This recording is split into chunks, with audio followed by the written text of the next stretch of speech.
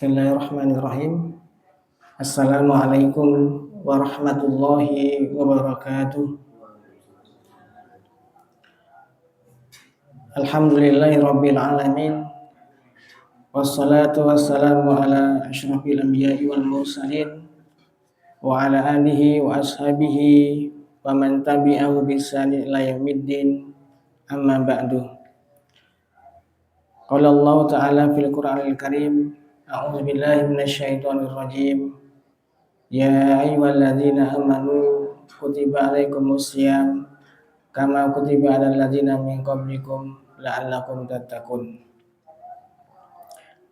Hadirin jamaah kajian sore, Bapak dan Ibu serta anak-anak sekalian.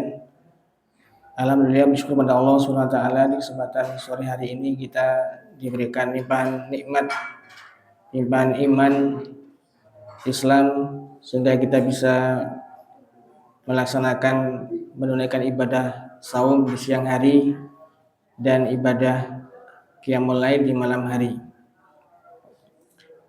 Dan tak lupa pula kita sampaikan selawat dan salam kepada Nabi kita Muhammad Sallallahu Alaihi Wasallam yang telah menjadi tauladan bagi kita semuanya, menjadi cahaya bagi umat semesta alam.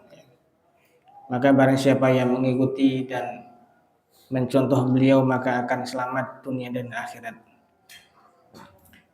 Hadirin sekalian, di kesempatan sore hari ini kita akan sedikit mengkaji satu kitab yang dikarang oleh Imam Al-Ghazali. Beliau menulis buku berjudul Asrarus Shaum, rahasia-rahasia puasa. Imam Ghazali ini adalah seorang ulama besar, disebut sebagai Syekhul Islam. Syekhnya Islam artinya beliau menguasai banyak ilmu.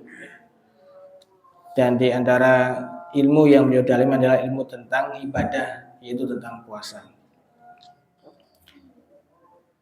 Kita tahu bahwasanya puasa merupakan kewajiban bagi setiap seorang muslim dan menjadi rukun Islam. Maka supaya ibadah kita itu benar-benar bermanfaat dan bernilai tinggi di hadapan Allah SWT, maka harus diilmui dan harus dijalankan dengan tata cara yang sesuai dengan apa yang Rasulullah perintahkan.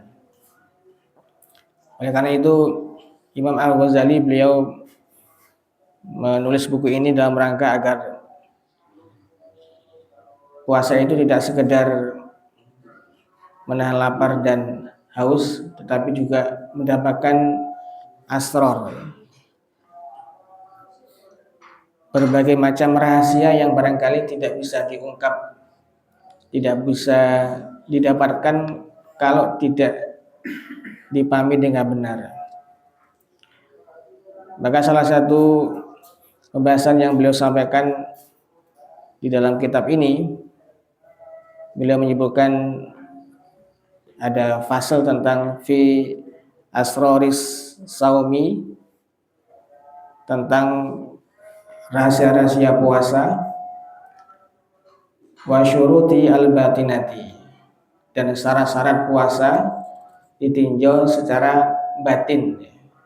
Jadi beliau ini termasuk ulama yang memperhatikan tentang batin, membahas tentang hal yang sifatnya tidak nampak. Bahkan beliau kalau mengkaji ilmu fikih itu bukan dilihat dari sisi tata cara, kaifiyat, tetapi dibahas dari sisi hal yang tidak terlihat secara zahir. Demikian pula dalam bab pembahasan puasa ini. Kita baca teksnya, nanti kita coba memahami secara perkata supaya kita mendapatkan zauq, rasa dari bahasa yang beliau sampaikan. I'lam anna sauma salasu darajatin. Beliau mengatakan, ketahuilah sesungguhnya puasa itu ada 3 derajat, ada 3 tingkatan puasa itu. saumul umumi. Yang pertama adalah puasanya orang umum, puasanya orang-orang pada umumnya. Wa saumul khususi. Yang kedua adalah tingkatan kedua adalah namanya puasa khusus. Wa saumu khususil khusus. Yang ketiga adalah puasanya orang khusus dan lebih khusus lagi. Jadi ada 3 tingkatan yang beliau jelaskan tentang puasa ya. Ini barangkali sisi ilmu yang beliau dalami, bagaimana bisa membagi secara detail ya, secara mendalam tentang puasa itu, tidak sekedar menunaikan selesai, tapi beliau tingkatkan secara batin ya. Wa amma saumul umumi fahuwa kaful badni wal farji an qada'i syahwati kama sabaqa tafsiluhu. Adapun puasanya umum, puasa orang umum ya. Puasa pada umumnya, orang yang puasa awam, yaitu kaful batni, itu puasanya sebatas menahan perut, wal farji, dan menahan kemaluan, an qada'il syahwati, dari menunaikan syahwatnya. Karena kan sumber syahwat itu hanya ada 2 ya, syahwat badni dan syahwat farji. Syahwat keinginan, syahwat itu adalah keinginan dari jiwa itu yang muaranya kepada 2 perkara. Satu adalah ke perut, yang kedua adalah ke kemaluan. Dan ini menjadi fitnah besar di mana setan itu selalu membisikkan kepada manusia agar jatuh ke dalam 2 hal itu. Silakan, mungkin kalau kita mau meneliti, kebanyakan orang rusak itu kan gara-gara 2 hal ini ya. Rusak karena urusan perut, rusak karena urusan kemaluan. Dan itu bisa dibaca di sejarah Islam itu. Ada ulama-ulama yang rusak itu gara-gara urusan perut, makan. Ada orang urusan kemaluan, zina dan seterusnya. Nah, puasanya orang awam itu hanya sebatas itu. Yang penting dia tidak makan, syahwat batin, makan minum. Kemudian yang kedua, ya tidak menunaikan syahwat dalam farj. Kalau yang berumah tangga berarti tidak berhubungan badan. Wa amma saumul khusus, tingkat yang kedua adalah puasanya orang khusus. Fahuwa kaful sam'i wal basari wal lisani wal yaddi wal rajuli wasairil hawa wasairil jawarihi anil asam. Yaitu puasa orang khusus adalah puasa menahan pendengaran ya. Jadi sudah gak ngurusi perut dan ngurusi syahwat, sudah selesai itu semuanya ya. Dia sudah bisa menahan. Naik ke tingkat yang kedua, tidak sekedar hanya menahan perut dan kemaluan, tapi juga bisa menahan lisan ya. Lisannya tidak berbicara hal yang dilarang ya. Maka Nabi juga menyampaikan tidak ada hajat bagi Allah orang yang sekedar puasanya hanya merasakan haus dan lapar ya. Artinya tidak ada pahalanya, tetapi lisannya, ucapannya itu tidak menahan dari hal yang dilarang. Wal basori, juga menahan dari pandangan. Kalau sam'i berarti mendengar, telinga ya. Diusahakan telinga dijaga tidak mendengar hal-hal yang dilarang, hal-hal yang maksiat. Bahkan mungkin hal sifatnya perkara-perkara yang sifatnya syubhat itu ditinggalkan. Kemudian juga pandangan, kemudian lisan ya. Pandangan berarti ya mata ya, menjaga mata dari pandangan yang diharamkan. Kemudian lisan dari bentuk ucapan perkataan yang dilarang. Kemudian wal yadi, dan tangan. Kemudian warijli kaki ya. Kakinya tidak melangkah kepada yang dilarang, wasail jawari bahkan seluruh anggota badan, anil asam dari dosa ya. Jadi naik kedua dulu sudah mikirnya dosa ya, menjauhkan dari dosa yang sumbernya itu dari telinga, dari pandangan, dari lisan, dari tangan, dari kaki dan seluruh anggota badan. Maka Nabi menyampaikan dalam satu hadisnya bahwasanya manusia itu tidak lepas bagian daripada zina ya. Tidak susah untuk melepaskan bagian daripada zina ya. Tapi bukan zina sesungguhnya, tapi zina yang sifatnya yaitu zina mata, zina telinga, zina hidung, zina tangan ya. Dan untuk membenarkan itu semuanya maka dibenarkan dengan kemaluan. Jadi puncaknya itu udah kemaluan ya, berzina dengan kemaluan. Maka itu masih urutan ya. Sebelum zina kemaluan maka dimulai dengan tangan, dengan pandangan, dengan lisan, dengan kaki ya. Baru nanti kemudian dibenarkan oleh kemaluannya.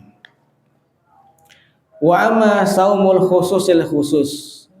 Naik lagi tingkat yang ketiga. Adapun puasanya orang khusus dan lebih khusus lagi ya, yaitu yasumul qalbu an hamamil dunyati, yaitu puasanya hati ya. Jadi sudah naik ke dalam hati, puasanya hati dari keinginan dunia. Puasanya hati dari keinginan dunia. Barangkali ini tingkatnya tinggi sekali kalau kita nggak mampu ya. Kita puasa masih ngurusi dunia. Kalau orang kayak ini udah puasa sudah tinggalkan semuanya. Maka dulu para ulama-ulama dulu misalnya bentuknya seperti kajian itu ditinggalkan. Imam Malik itu kalau puasa udah gak ngaji lagi, ditinggalkan. Kita malah rame ngaji. Dulu puasa itu di mana-mana pengajian, subuh malam semua pengajian. Padahal ulama dulu Imam Malik itu ditinggalkan semua, libur pengajiannya, khusus mengosongkan hatinya itu untuk ibadah ya, di masjid baca Quran, semuanya itu meskipun ngaji juga ibadah, tapi itu sudah ditinggalkan. Apalagi urusan dunia ditinggalkan dagangannya semuanya. Wal azkari ad-dunyawati ya. Juga demikian afkar, pemikiran ya. Pikiran-pikiran yang sifatnya dunia itu juga ditinggalkan. Tadi keinginan ham itu keinginan kuat untuk dunia ditinggalkan. Yang kedua juga pikiran. Jadi udah gak mikirin dunia. Al afkaru ad-dunyawiyah. Pikiran yang sifatnya dunia itu sudah ditinggalkan juga. Wa kafahu amma siwallahi azza wa jalla bil kulliyah, dan menahan dirinya dari selain Allah Subhanahu wa taala bil kulliyah secara keseluruhan. Jadi sudah tidak memikiri selain Allah ya. Tidak memikiri selain Allah ya. Ini bisa dibayangkan tingkatannya tinggi sekali.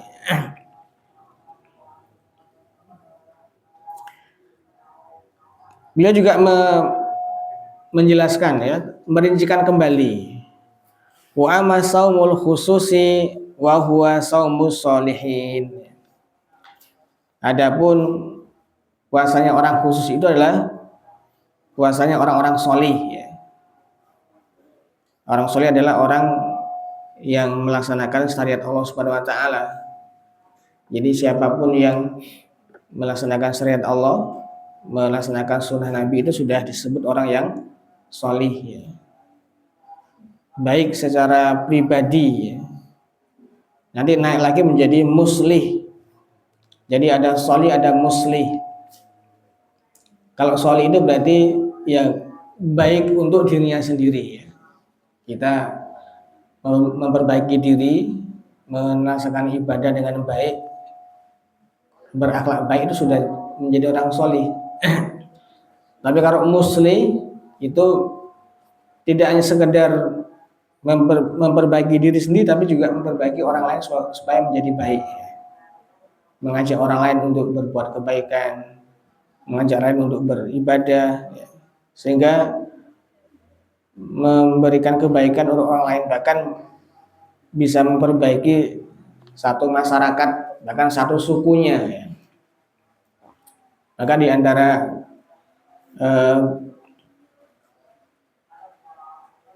metode Nabi dalam menikah itu kan memperbaiki kaum umat, ya. Maka di antara salah satu istri beliau itu Juwairiyah, ya. Itu kan ketika dinikahi oleh Nabi itu satu kampungnya, satu sukunya itu masuk Islam semuanya. Jadi satu orang itu bisa memberikan hidayah, memperbaiki satu kampung, satu suku. Fahuwa kaful jawarihi minal asam. Bahwasanya orang soleh itu adalah menahan anggota badan dari dosa-dosa. Dosa itu apa?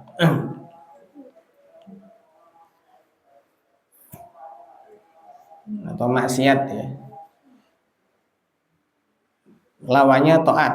Kalau taat itu kan dapat pahala, kalau maksiat dapatnya dosa.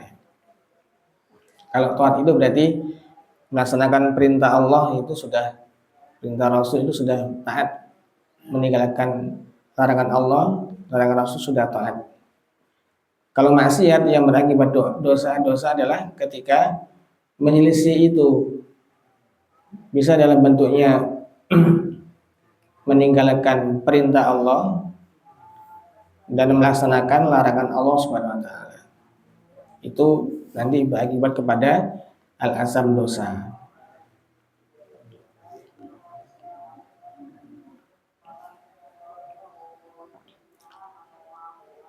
Wa tamamuhu bisitati umur.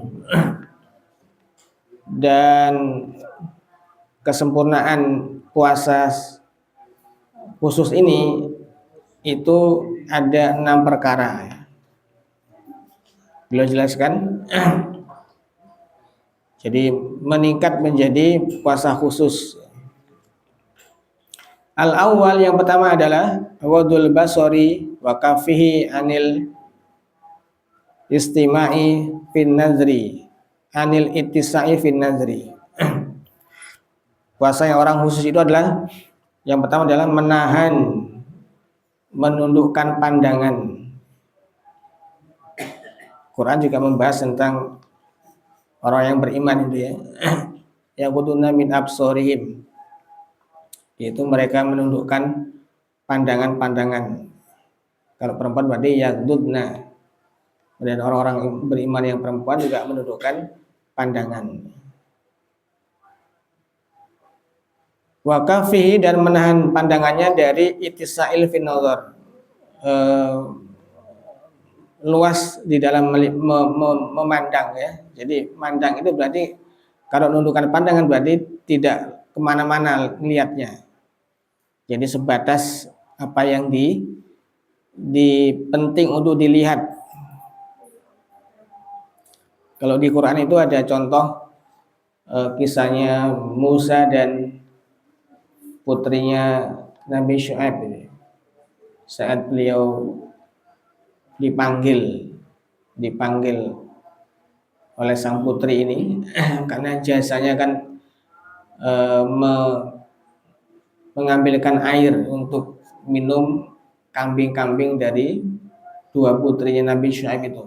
Karena keduanya ini ketika angon kambing itu antri untuk memberi minum kambing, karena sumurnya cuma 1.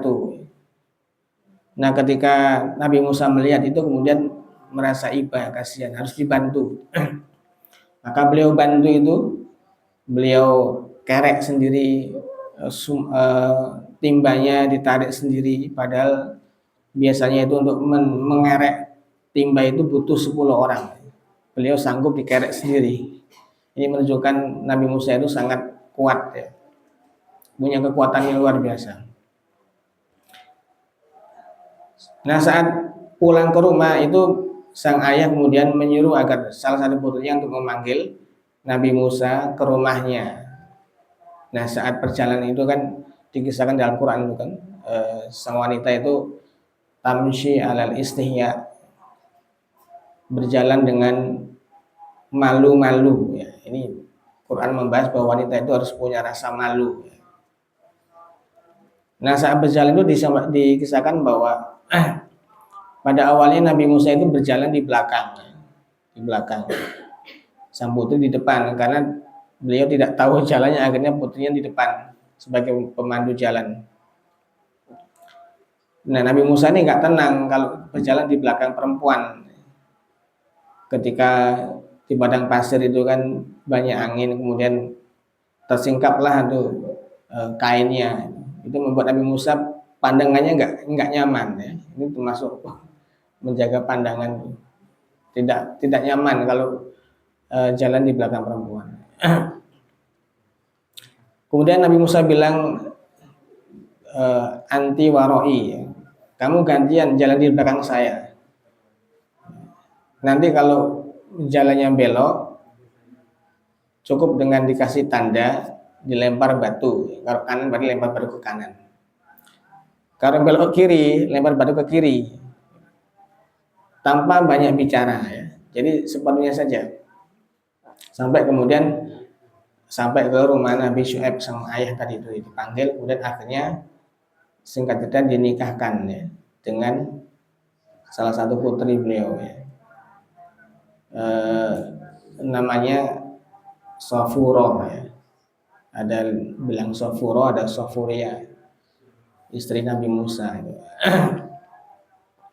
Dinikahkan dengan maharnya bekerja selama lebih kurang beberapa tahun ya. Ini termasuk beliau juga termasuk orang yang menjaga pandangan ya. Ketika berjalan di belakang wanita itu nggak nyaman, maka beliau kemudian akhirnya meminta berjalan di depan.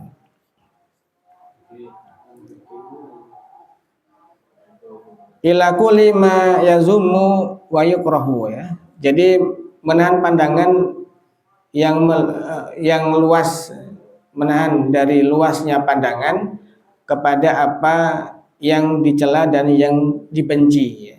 Jadi semua pandangan yang dicela dan dibenci itu ditundukkan.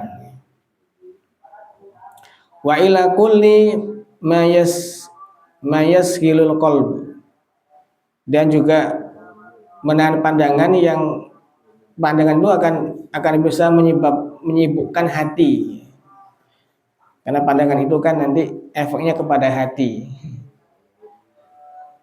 Salah mandang hatinya yang bergejolak pada hati. Wa iluhi an zikrillahi azza wa jalla. Dan pada akhirnya pandangan itu akan melalaikan dari mengingat Allah azza wa jalla. Ini yang harus dijaga. Maka puasanya orang yang khusus adalah menundukkan pandangan supaya tidak mengganggu, tidak menjadikan dirinya tercela, dibenci, dan tidak menyibukkan hati dari mengingat Allah Subhanahu wa taala.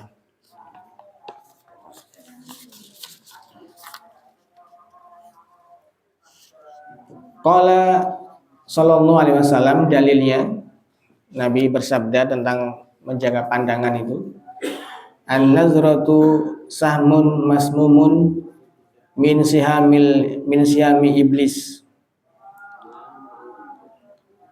Pandangan itu merupakan panah yang beracun. Sahmun masmumun, panah yang beracun.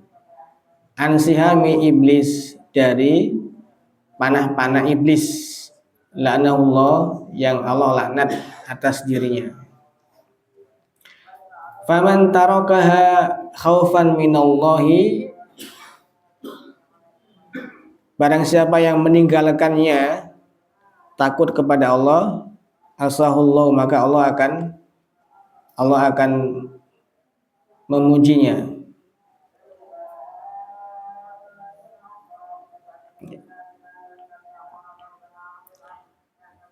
Faman tarakaha khaufan minallahi atahullahu azza wa jalla imanan yajidu halawatahu fi qalbihi. Barang siapa yang meninggalkan pandangan karena takut kepada Allah, takut dari Allah, maka Allah akan memberikan kepadanya iman. Yajidu halawatahu, yang dia akan mendapatkan manisnya iman. Fi qalbihi, di dalam hatinya. Jadi efeknya besar. Sebaliknya, kalau tidak bisa menjaga pandangan, maka tidak akan merasakan manisnya iman. Jadi iman itu sudah nggak lezat lagi ya. Tidak ada halawa.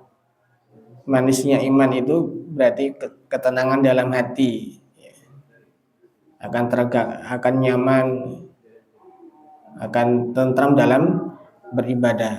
Ini menunjukkan tentang iman itu sangat penting.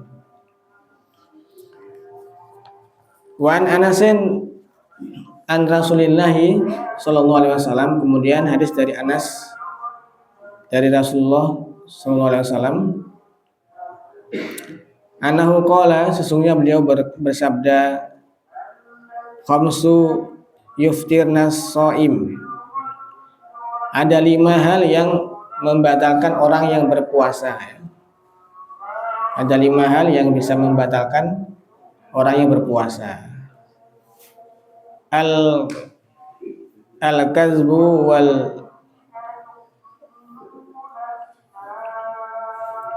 wal ghibatu wa namimatu wal yaminu. Yang pertama adalah al-kazbu, yaitu berdusta. Dusta ini bisa membatalkan puasa. Orang yang berpuasa bisa batal. Kemudian ghibah, ya. Ghibah berarti membicarakan orang, kejelekannya. Kalau itu benar berarti ya, kalau salah berarti fitnah. Kalau benar itu namanya ghibah. Kemudian namimah, ya. Namimah berarti membicarakan keburukan, bahkan mungkin menjelek-jelekan orang. Kemudian wal yaminul kadzabah, yaitu bersumpah dengan sumpah yang dusta. Kemudian wan nazru bi syahwati, kemudian memandang dengan syahwat. Jadi syahwat memandang ini termasuk bagian daripada yang bisa membatalkan puasa. Maka Imam Ghazali menginginkan agar puasanya benar-benar berkualitas, ya, sampai menjadi orang yang khusus, ya, naik dari tingkat orang yang umum. Semoga kita bisa menaikkan derajat kita dari puasa yang umum menjadi puasa yang khusus. Demikian dulu yang bisa saya sampaikan. Menunggu waktu berbuka. Semoga Allah SWT memberikan kita kemudahan dan menjaga diri kita dari hal-hal yang bisa membatalkan puasa. Kita tutup dengan doa kafaratul majelis. Subhanallah bihamdika asyhadu an la ilaha illa anta astaghfiruka wa atubu ilaik. Wassalamualaikum warahmatullahi wabarakatuh.